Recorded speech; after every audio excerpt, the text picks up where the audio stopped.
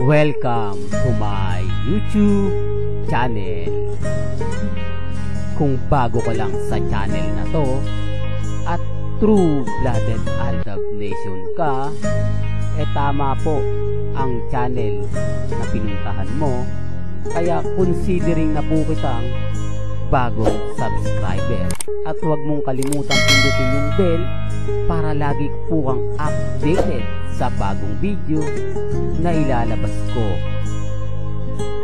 Salamat po sa iyong pag-click sa channel na to. Welcome back mga kaaldab. Ito na naman po ang inyong lingkod, si Mr. Destiny. At syempre magbibigay na naman tayo ng mga magandang update po ngayon sa social media. Kita nyo naman po mga kaaldab kung sino na naman po ang pinag-uusapan. Kung sino na naman po ang pinagpipiestahan. Sa dami po ng mga ebidensya at resibo ngayon na kumakalat mga kaaldab na kung saan si Alden Richards at si Maine Polkerson na naman po ang lagi nating topic. Normal lang yan, ba? Sabi ko nga po sa inyo, Aldab Nation ako eh. Masakit mang isipin at tanggapin sa mga bitter po sa Aldab. Hindi po tayo nawawala ng update. Hindi po tayo basta-basta natitinag. At syempre, hindi po tayo basta-basta natatalo. Di po ba? Yan ang isa sa rason kung bakit po masaya at kampante si Mr. Destiny. Na kahit ano po yung mga kwento na ibato nila, ilabas po nila, hindi po tayo apektado. Sa ngayon mga kaaldab, relax lang po kayo. Maging matatag, maging kampante. Kasi sa totoo lang naman po mga kaaldab, ang dami pong mga update pabor na pabor po sa Aldab. Dahil wala naman pong ganap si Alden, wala rin ganap si Mengay. Matik na yan, di po ba? Sobrang tahimik nga po raw ni Alden Richards at ni Maine Polkerson. Marami tuloy ng kwento ang naglalabasan. Siyempre, pabor po sa atin. Ba? Real talk to mga kaaldab, pabor po sa atin, hindi po sa iba.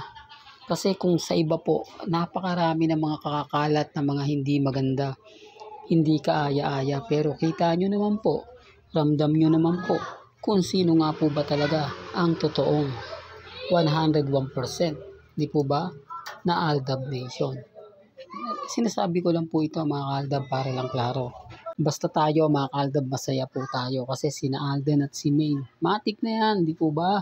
Natuloy-tuloy na po ito, simula na po ito ng masaya at talaga naman pong gaganahan po kayo pagdating sa Aldab Nation na kahit napakaraming kwento po ang sinasabi at pahayag po nila, wala na pong naniniwala po sa kanila. Tayo po ang pinakamalakas, tayo po ang pinakamatibay. Sa madaling salita, hindi po tayo kayang tibagin. Hindi po tayo kayang pabagsakin. Kahit po anong kwento po ang bato nila, sabihin nila na hindi totoo yan, Mr. Destiny, fake news ka, lahat ng sinasabi mo hindi totoo, okay lang po. Po ba? Ang importante lang naman po mga kaaldab, maging updated ka. Ano man po yung mga nakikita nila, napapanood nila, relax lang. Hindi po ba? Huwag mo niyo po sabihin na, hindi, ganito, ganyan, Mr. Destiny, hindi totoo yan. Okay lang po. Kasi hindi naman po tayo basta nagpapa-apekto eh. Hindi naman po tayo basta-basta nagpapatalo. Hindi po ba? Although sinasabi ng iba na, alam mo ba Mr. Destiny, ganito, ganyan. Hindi po mga kaaldab. Ako po, 101% talagang tumututok po ako kina Alden at kay Maine.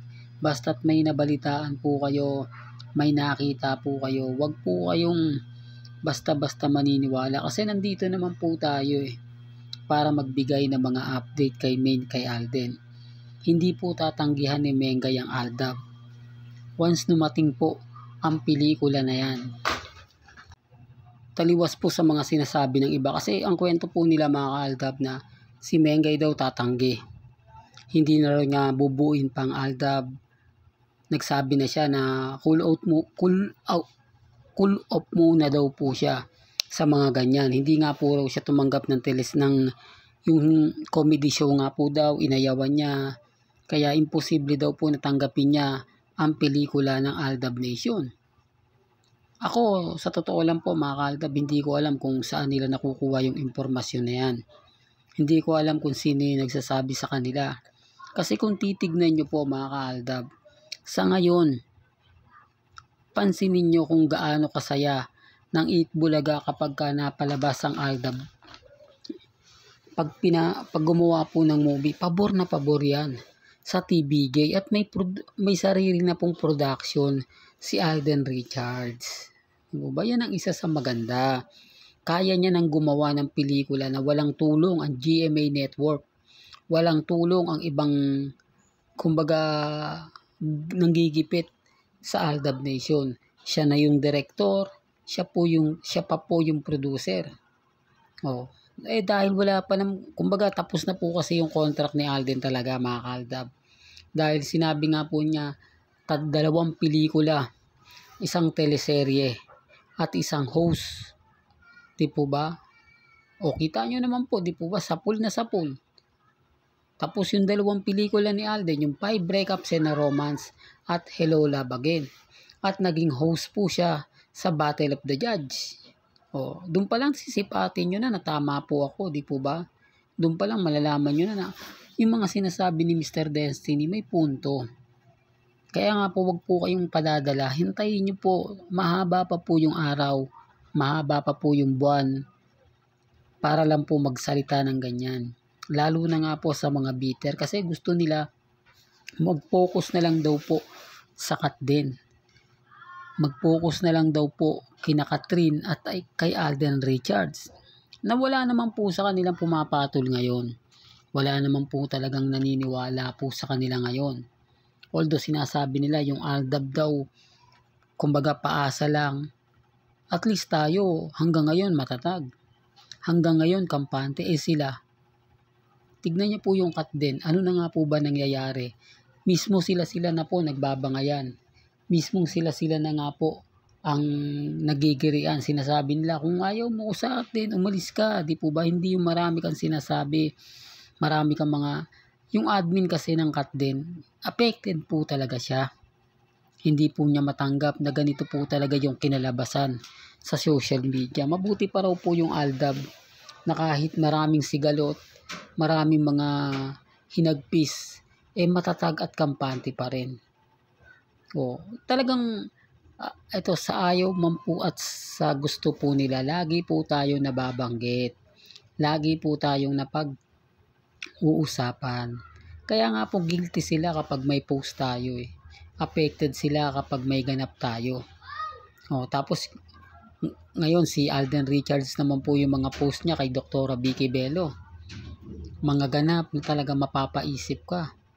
Tapos bukas sa makalawa, si Mrs. Polkerson naman po yung makikita nyo kay Dr. Vicky Bello. Sa video po ni Alden sa kay Dr. Vicky Bello, pansin nyo po ba yung lakad ni Alden? Hindi, para lang klaro. Kung babalikan nyo po yung video, slow motion nyo o slow nyo, doon makikita nyo. Tapos yung video ni Mengay kay Dr. Vicky Bello. Pasensya na po kayo, gusto ko nga po siyang ilagay dyan para i-combine ko yung mga lakad ng talagang pumapabor. Kaya lang baka marami pong magbigti sa puno ng kamatis.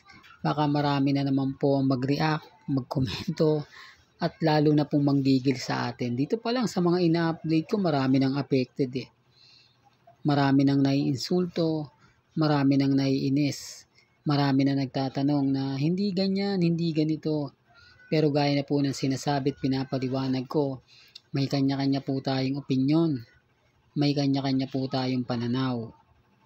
Bahala po kayo kung ano po yung sa palagay po ninyo na gagawin po ninyo. Ang importante lang naman po, laging makatutok lang po kayo sa channel ni Mr. Destiny at syempre, makapagbigay po tayo ng mga kaganapan po ng dalawa.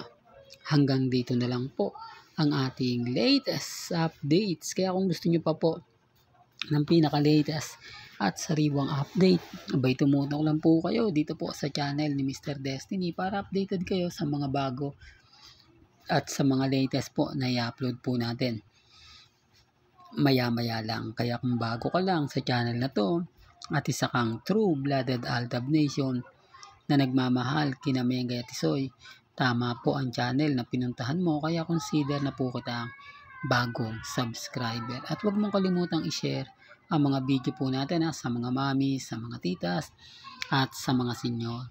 Hanggang sa muli, salamat po sa panonood at pakikinig.